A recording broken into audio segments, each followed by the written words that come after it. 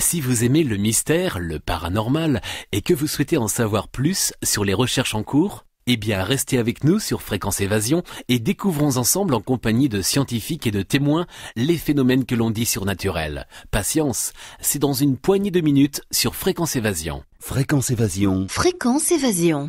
Dans quelques instants sur Fréquence Évasion, nous parlerons de médiumnité, c'est la clé du mystère. Aujourd'hui, le sujet c'est la tarologie, la médiumnité en général, la voyance. C'est tout de suite, c'est sur Fréquence Évasion. Chaque jour sur Fréquence Évasion Radio, vos rendez-vous quotidiens. Écoutez Fréquence Évasion en téléchargeant l'application iPhone ou Android et retrouvez-nous sur www.fréquenceévasion.com. Infos, chroniques, interviews et détente. Fréquence Évasion Radio, dites-nous tout. Fréquence Évasion. Fréquence Évasion. Soraya Dulorme, bonjour, merci d'être avec nous. Bienvenue dans la clé du mystère. Bonjour à vous et merci de m'avoir proposé cette belle invitation pour parler du paranormal et de la médiumnité. Avec plaisir. Alors vous êtes médium, vous avez découvert votre médiumnité quand? Quel a été votre parcours? Alors c'est un long parcours puisqu'en fait je suis issue d'une famille de médiums puisque mon grand-père maternel était médium et mon arrière-grand-mère était cartomancienne et médium. Donc j'ai en fait suivi ce cheminement, pas tout de suite parce qu'à la base je ne me destinais absolument pas donc à ce style de métier. Au contraire, j'avais tendance donc à repousser les choses, même si depuis mon plus jeune âge j'avais déjà donc ces ressentis, ces rêves. Et pour la petite histoire, je dis tout le temps donc en riant, quand j'étais enfant, eh bien mes parents étaient bien embêtés parce que parfois on voit des personnes de la famille, des voisins, enfin tout le monde quoi. On va au supermarché, à l'école. Et très très petite, j'avais tendance à dire celui-là je l'aime pas, il est comme ci comme ça, celle-là oh là là là là, elle est incroyable donc elle fait telle ou telle chose. Et c'est vrai que quand on est gamine ça pose un peu problème. Bah oui, surtout pour les parents. Tout à fait. Et finalement, vous pensez qu'on hérite de ces possibilités ou alors on reste dans l'ouverture parce qu'on a des parents comme ça? Moi, j'ai beaucoup analysé effectivement donc ce processus de médiumnité. C'est vrai qu'il y a eu beaucoup d'écrits donc à ce niveau-là. Et je pars du principe que à l'intérieur de notre âme, il y a des brides d'âme, de parents, de grands-parents. Quand on arrive donc sur Terre, on choisit donc sa famille. Donc ça veut dire qu'on a déjà donc choisi donc une âme qui a déjà donc vécu. Et pour le cas donc des médiums, eh bien c'est un processus qui est en fait donc interminable. Donc quand on est médium, on va continuer ce travail qui est en fait donc un travail donc spirituel. Et bien sûr, on va choisir des parents incarnés pour lesquels il y a déjà ces brides de spiritualité. Alors on dit, pour avoir reçu justement énormément de médiums, notamment Mark O'Byrne aussi, vous connaissez peut-être Mark O'Byrne avec qui nous dit qu'on est tous médiums, il suffit de travailler pour retrouver justement ces possibilités qui ont été enfouies en nous. Je suis entièrement d'accord avec ça, puisque qu'est-ce qu'un médium?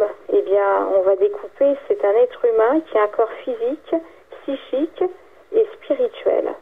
À l'intérieur donc de ce corps physique, il y a ce que l'on appelle donc des centres d'énergie, surtout vous les appelez donc les chakras, et ces centres d'énergie qui commencent par celui qui est relié donc en haut, ce qu'on appelle je crois que c'est l'ajna, qui est vraiment donc axé donc sur le spirituel, puisque nous sommes tous reliés donc au monde de l'invisible. C'est notre âme qui est reliée.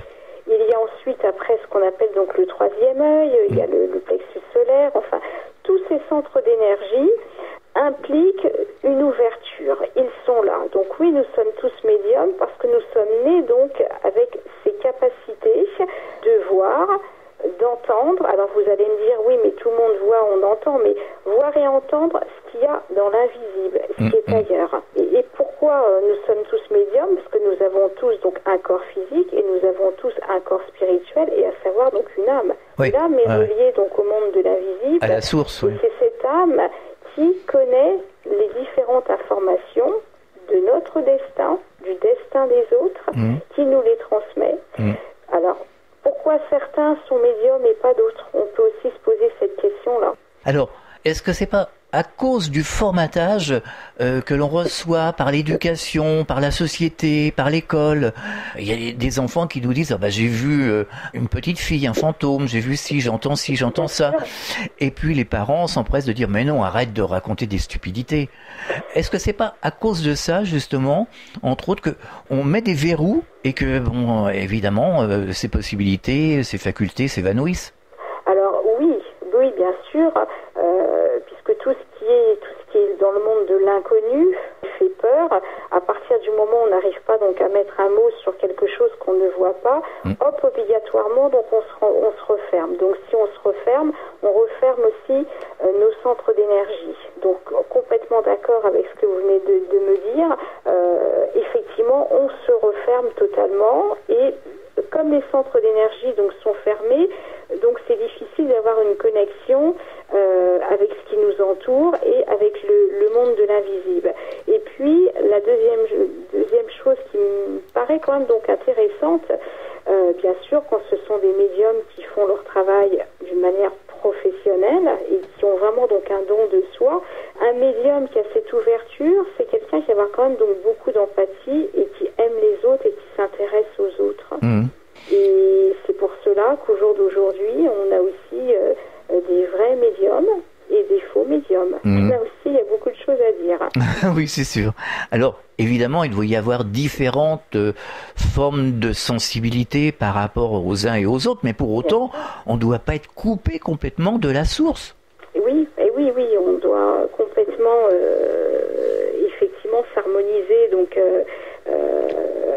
avec la source pour rechercher donc les informations qui peuvent se manifester d'ailleurs d'une manière tout à fait différente en fonction de la personnalité donc du médium, puisqu'il y a des médiums qui sont des médiums auditifs, il y a des médiums qui ont des flashs visuels, il y en a qui font de l'écriture automatique, il existe aussi des médiums peintres. Et oui, il y en a, donc c'est assez fantastique. Et toute cette famille donc de médiums est sur Terre pour justement donner des informations donc à l'humanité dans un but d'évoluer et pour atteindre la maîtrise de la vie. Et un médium, c'est toujours donc un canal, uniquement. Comment se traduit votre médiumnité?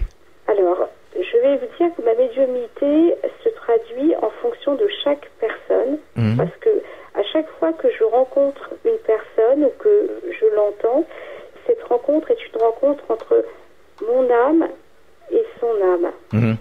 Donc je peux avoir des flashs visuels, je peux également donc entendre des informations et parfois donc avec certains consultants, j'ai envie donc d'écrire pour vous. Et à ce moment-là donc je peux être amenée donc à écrire. Alors le ressenti est spontané.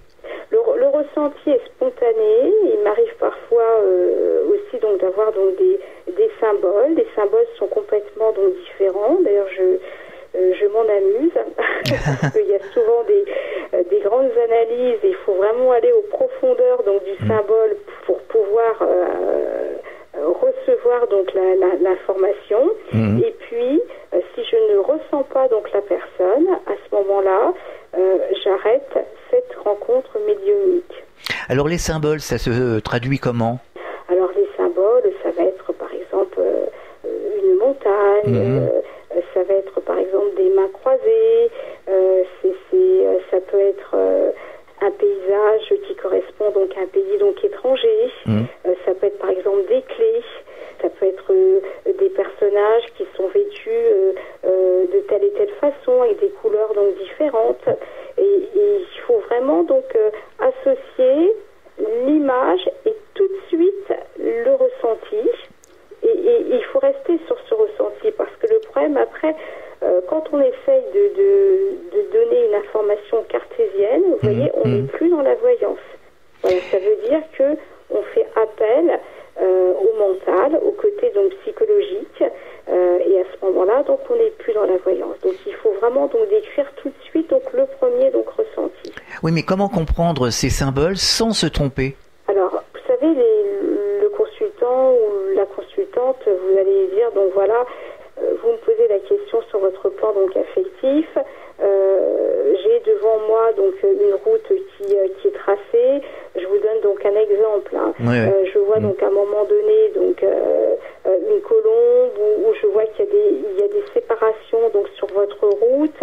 À un moment donné, la route elle part de telle et telle façon. Le consultant, la consultante, automatiquement va vous dire ah bah oui, effectivement, donc c'est quelque chose que j'ai vécu donc à partir donc de telle et telle année.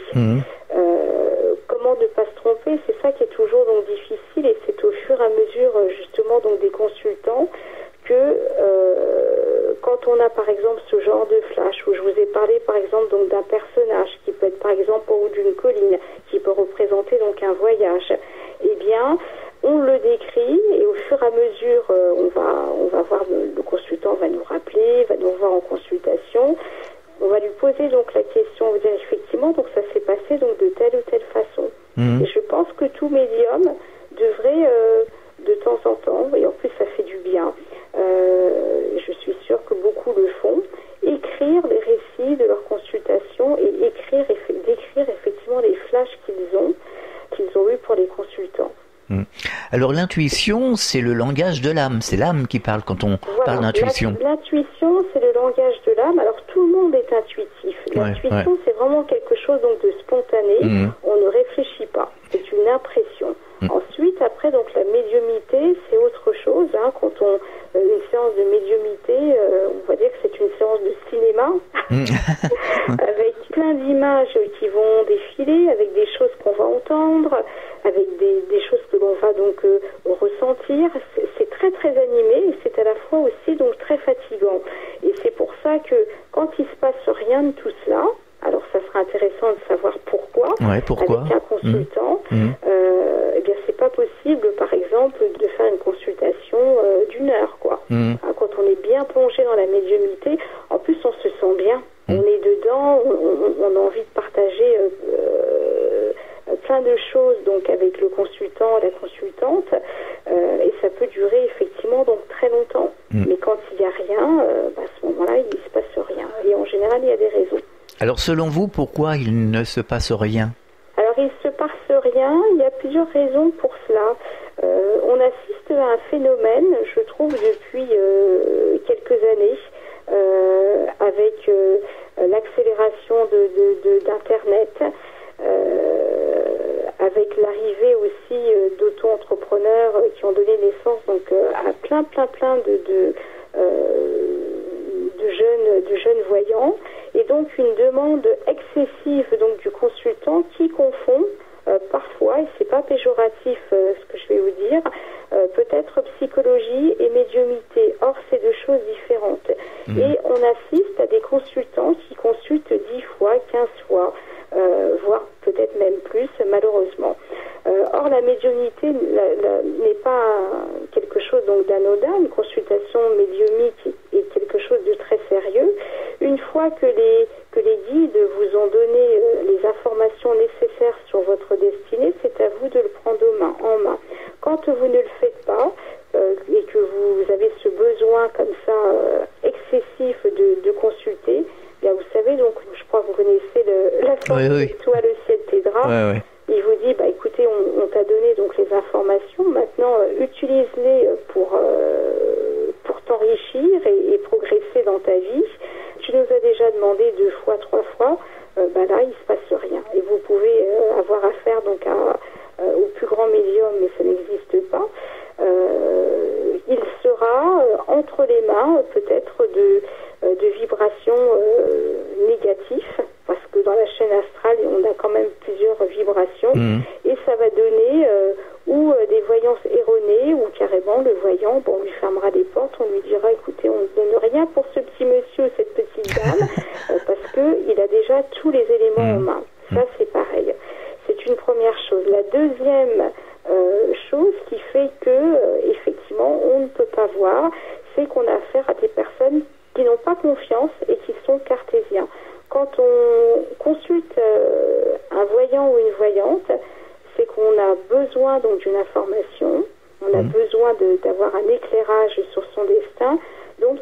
minimum donc de confiance. Si on n'a pas confiance, comment voulez-vous que la communication s'établisse, comme j'en parlais tout à l'heure, entre une âme et notre âme puisse opérer? C'est impossible. On marque une pause, on revient dans quelques instants. Chaque jour, sur Fréquence Évasion Radio, recherche, ovni, paranormal, faits de société, protection de l'environnement et les rendez-vous avec vos stars préférées dans Paroles de Stars. Fréquence Évasion, c'est également la voix des sudistes en Principauté de Monaco et dans le Grand Sud. Fréquence Évasion Radio, dites-nous tout. Dites-nous tout. Dites-nous tout. Fréquence Évasion. Fréquence Évasion. Nous sommes de retour, nous sommes toujours dans la clé du mystère avec Soraya Dulorme. Nous parlons médiumnité. Alors, la voyance et la médiumnité, c'est à peu près la même chose. Sauf que la voyance, on peut obtenir des informations pour comment gérer sa vie. Et puis, de l'autre côté, quand je parle de médiumnité, je parle plutôt de contact avec les disparus. Alors, quelle est la différence? Alors, la voyance... J'aurais envie de vous faire une réponse de Normand, comme on dit. Un bon voyant doit être médium. Un voyant donc va utiliser donc un support. Oui. Mais s'il n'a pas de médiumnité et d'intuition, ça va être quelque chose d'extrêmement donc rigide et de très superficiel. Hein. Le voyant utilise donc un support pour éviter donc la fatigue.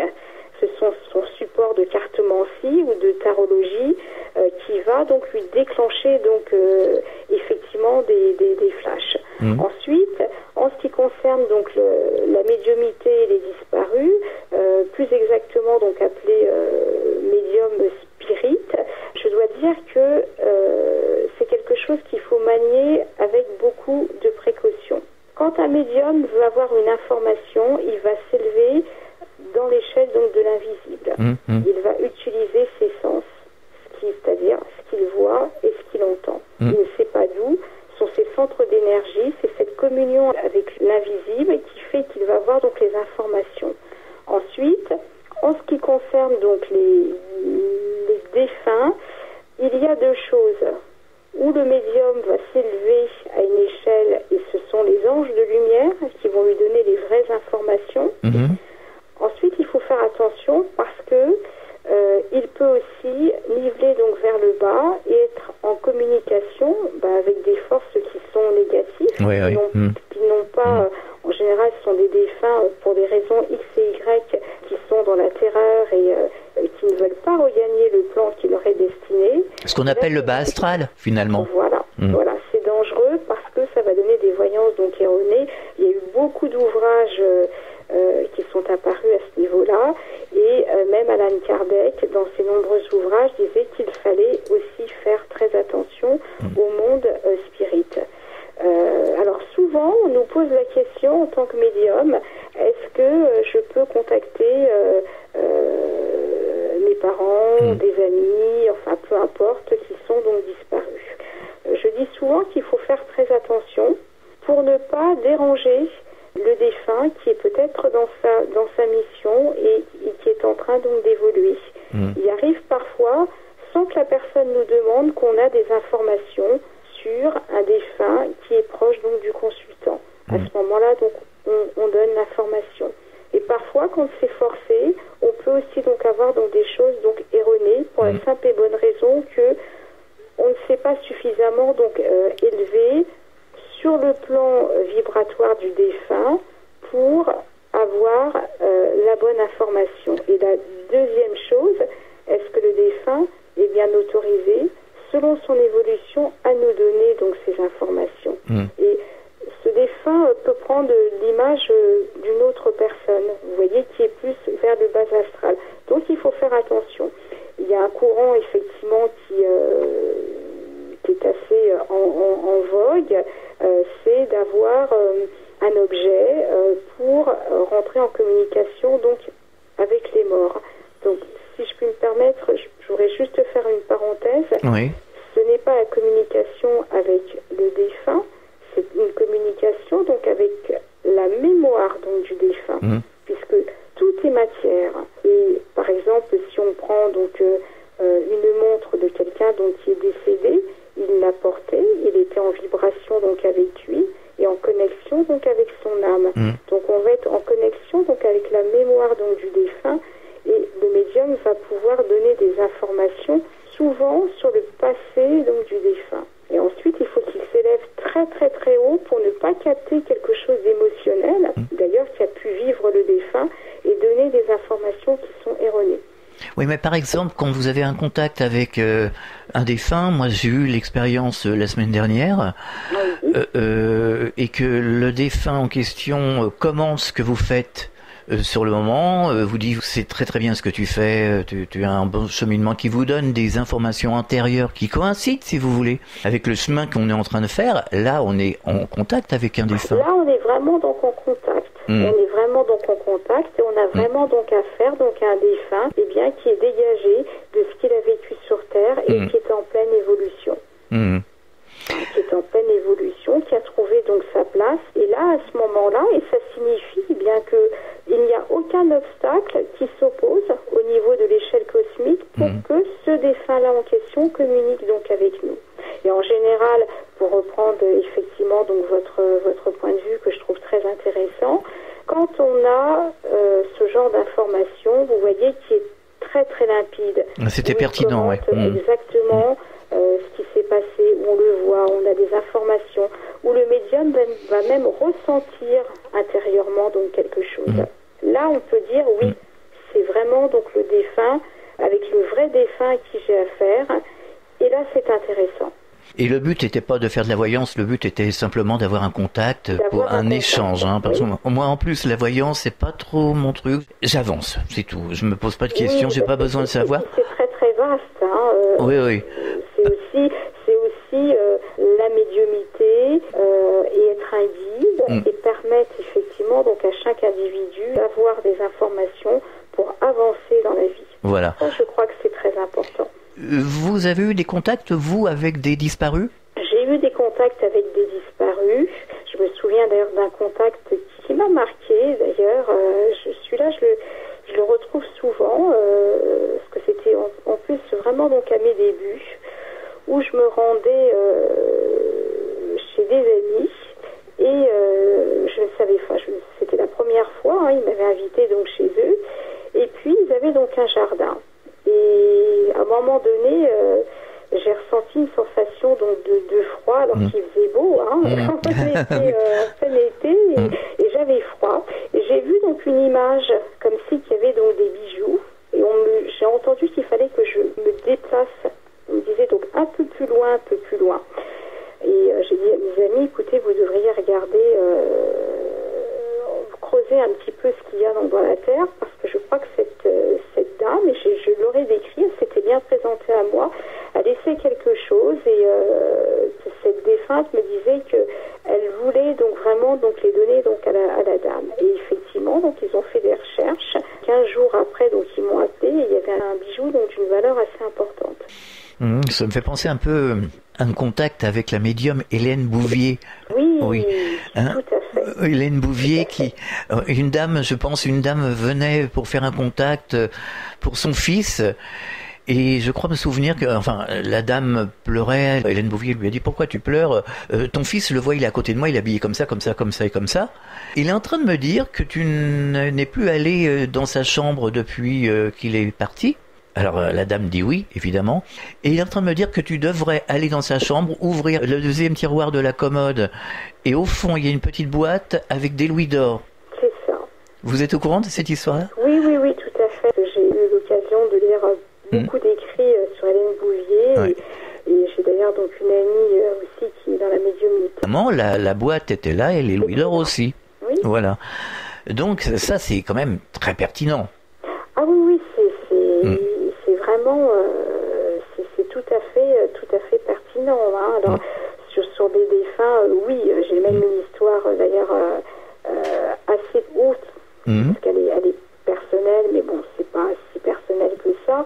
C'est d'ailleurs ce qui m'a permis de découvrir que effectivement, j'avais peut-être heureusement et malheureusement, parce que parfois c'est très difficile de vivre sa médiumnité, qu'il fallait que je continue un peu l'héritage de mon grand-père et mon arrière-grand-mère, puisqu'à la base, comme je vous ai dit, je me destinais absolument pas ce métier, j'étais dans le monde de la radio. Ah oui. J'étais jeune étudiante et j'avais donc à cette époque-là donc un petit ami qui faisait de la moto. Bon, qui s'appelait Bruno. Et donc j'avais eu un flash le concernant. On était stagiaires tous les deux en radio où je lui dis écoute, fais attention quand tu vas partir chez tes grands-parents parce que je voyais donc un accident. Bon, nous sommes partis tous les deux donc en vacances chez nos grands-parents et c'est vrai qu'à la fin du mois d'août, je l'ai vu comme si qu'il était à côté de moi et qu'il me disait écoute, tu ne me reverras pas. Hein, je suis loin de là et me faisait donc un signe et j'avais vraiment donc une chambre qui était assez donc obscure et je le voyais comme si qu'il s'élevait et qu'il montait. Bon, à cette époque-là, il n'y avait pas les portables encore. J'ai essayé d'appeler chez ses parents, ils ne répondaient pas. Une semaine après, nous avons eu donc la reprise des cours. Le directeur de l'école nous annonçait qu'il était décédé. Ah oui, en effet, oui. Voilà. Et donc là, ça a vraiment été ce contact avec ce défunt où j'ai senti, vous voyez, cette élévation comme si que l'âme, effectivement, elle part, mais dans une lumière, dans quelque chose qui est beau. Tout ça pour dire, sauf mis à part des gens qui vivent mal aussi, donc la mort, on peut dire en tant que médium, c'est aussi donc passionnant de voir toute cette élévation, de voir ce qui se passe quand on nous donne l'occasion et ce que l'on peut ressentir dans le monde de l'invisible. Il y a aussi donc des belles choses. C'est certain. Bon, il y a énormément de belles choses. Énormément de belles choses. Parce que le problème, c'est qu'on fait peur aux gens.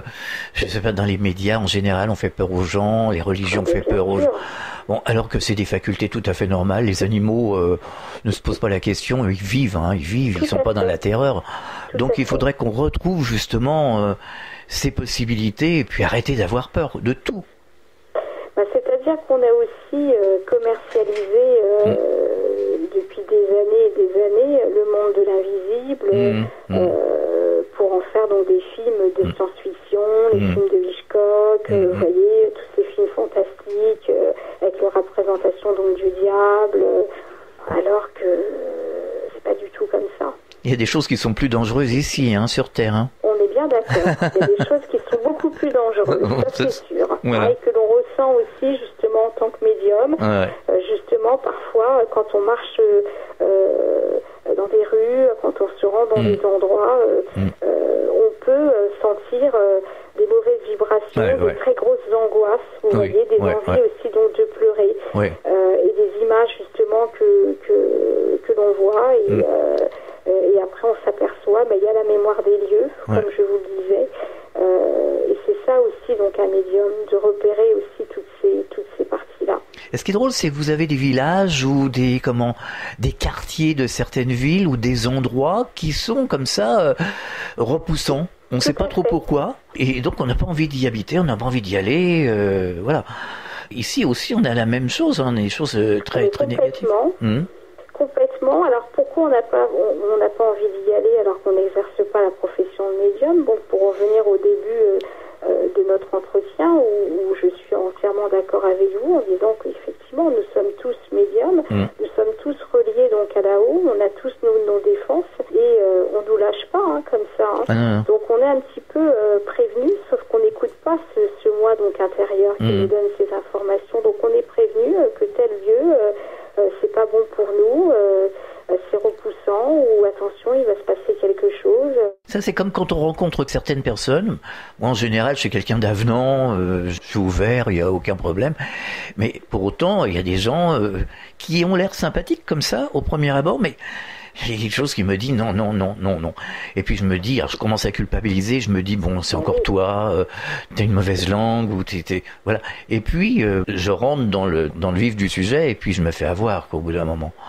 Ça, c'est ce qu'on appelle donc l'intuition, encore une fois, qu'on a tous, et c'est vraiment donc le premier pressentiment. C'est ça. Et puis il y a le premier pressentiment, et il y a encore donc parfois donc autre chose, donc de beaucoup plus profond. Je m'intéresse beaucoup aux relations donc karmiques. Ah oui. Et je pense très sincèrement, et je le vois donc à travers les consultations, ou à travers certains tirages parfois où je reste plus longtemps pour bien analyser les choses et en général les gens s'y retrouvent, que parfois on a des choses donc à régler avec des gens pour lesquels on a eu bonne et mauvaise expérience dans des vies karmiques, et on les retrouve sur notre chemin. Et vous savez, donc l'âme se souvient de tout. Oui, donc vous pensez que certaines personnes qui croisent notre chemin aujourd'hui sont des personnes avec qui on a vécu des choses peut-être pas spécialement agréables dans des vies passées. Voilà, exactement. Ce qui explique ce côté je repousse, j'ai déjà eu une expérience, ou alors où je continue parce qu'on a vécu aussi des belles choses, on n'a pas réellement donc terminé, donc on doit continuer. Et ce qui m'amène à dire que parfois aussi on est poussé aussi à se rendre dans des lieux, dans des pays où il y a cette impression donc d'avoir connu. Oui, tout à fait. Et puis des époques aussi. Il y a des époques qui nous sensibilisent le plus que d'autres. Moi, c'est plutôt l'époque de la Révolution. Parce que, moi, c'est beaucoup donc tout ce qui est en rapport avec le Moyen-Âge. À l'époque des troubadours, vous voyez, des cathares. À un moment donné, donc, il a fallu que je me rende vraiment donc sur les lieux pour comprendre et pour revivre des choses. Et encore une fois, mais ça c'est encore donc la mémoire donc de l'âme. On a tous été et on le sera et on avancera comme ça jusqu'à ce qu'on arrive donc à l'état de la perfection et jusqu'à quand Dieu seul sait. C'est sûr. Cette histoire de ressenti, là, c'est très curieux. D'ailleurs, j'ai toujours été attiré par l'époque de Louis XVI, Marie-Antoinette, enfin cette époque. Et j'étais jamais allé au château de Versailles. J'ai dit, il faut que je me rende au château de Versailles. Et arrivé dans la chambre de Marie-Antoinette, j'étais très très mal. Il a fallu absolument que je sorte tout de suite. Oui, mais ça, c'est pas étonnant du tout, parce que, encore une fois, vous avez certainement dû vivre à cette époque-là, et votre corps physique a été déconnecté, tout ça, mais par contre, votre âme, il a gardé ce ressenti. Et après, tout s'est passé quand j'ai quitté Versailles, et après, je me suis forcé à y retourner, j'y suis retourné, bon, ça a été. Et j'ai plus eu de problème.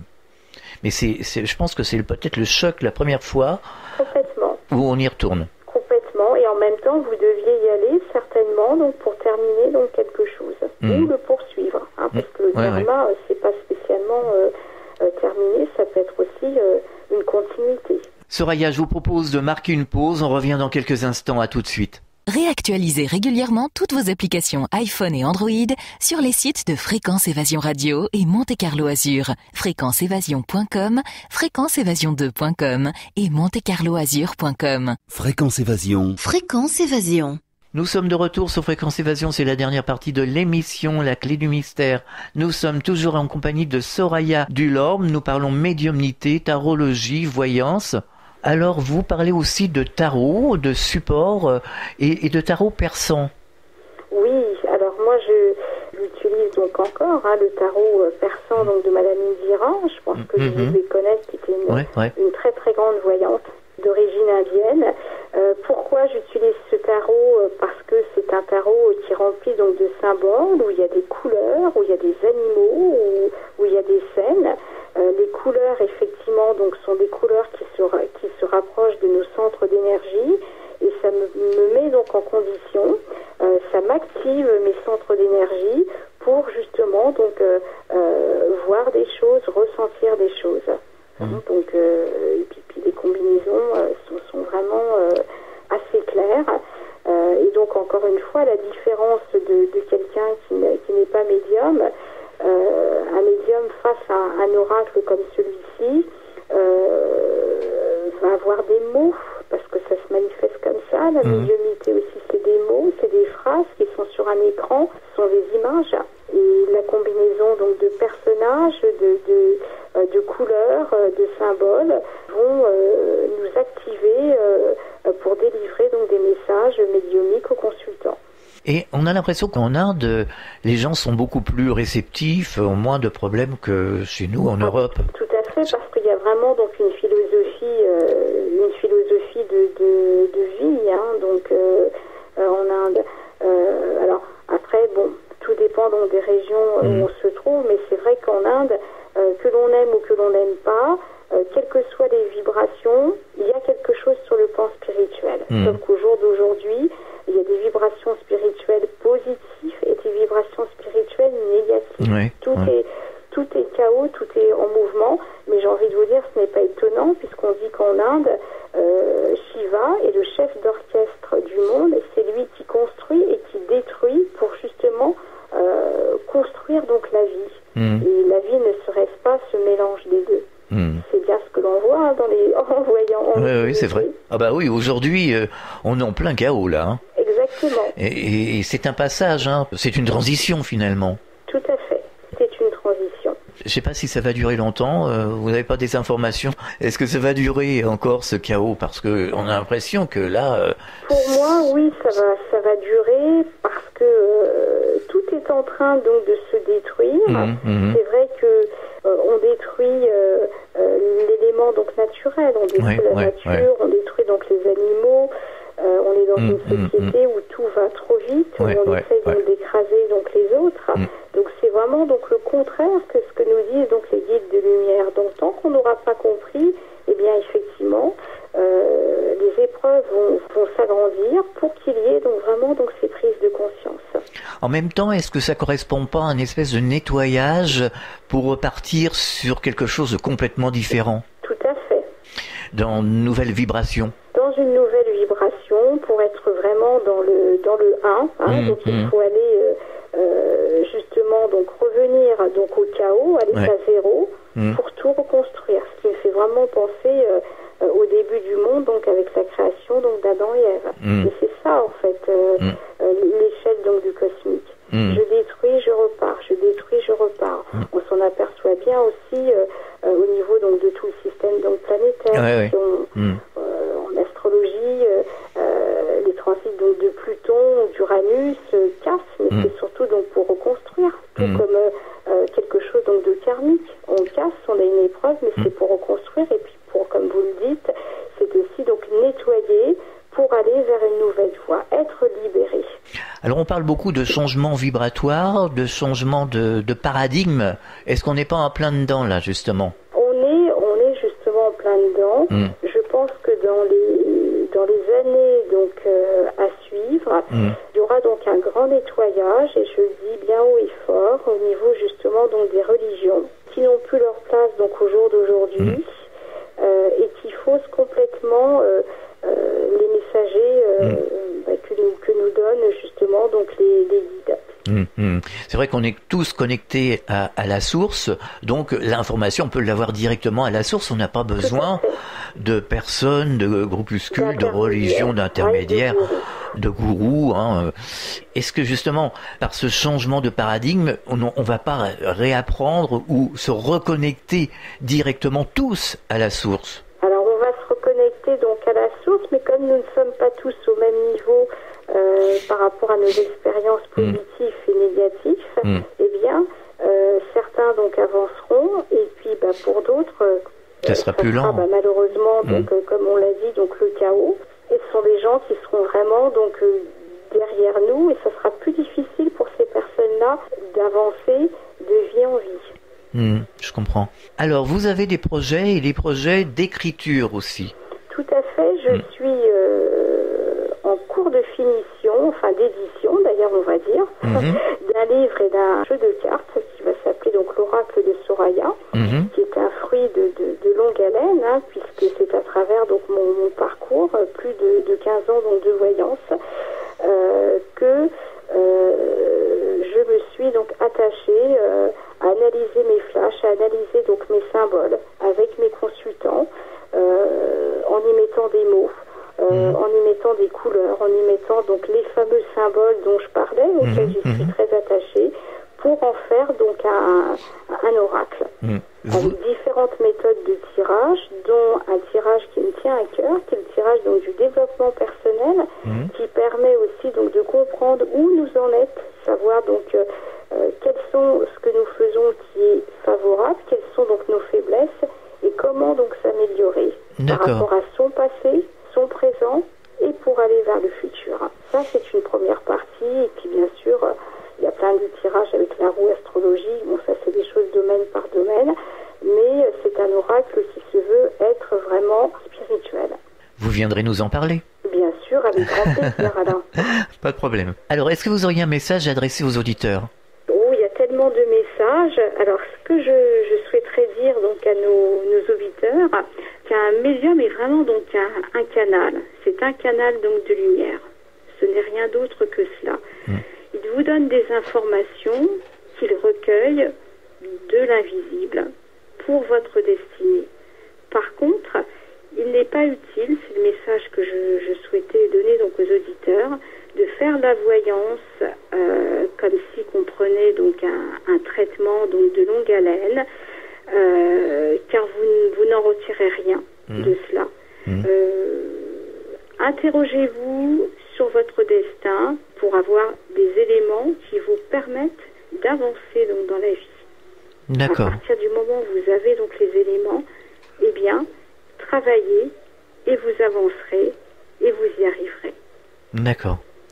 Alors on peut vous retrouver sur internet sur www.sorayadulorme.fr. .fr, tout à fait. Qu'est-ce que l'on peut trouver sur votre site internet d'une manière générale? Alors, on peut trouver donc mon parcours, on peut trouver donc des références, et puis donc bien sûr le type de consultation que je délivre, que ce soit donc sur place et également donc par téléphone, avec bientôt mon oracle qui sera aussi donc sur le site.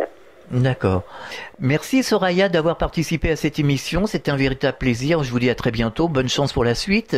Merci beaucoup. C'est un véritable plaisir pour moi. À bientôt. Au revoir. À bientôt. Au revoir. Fréquence Évasion.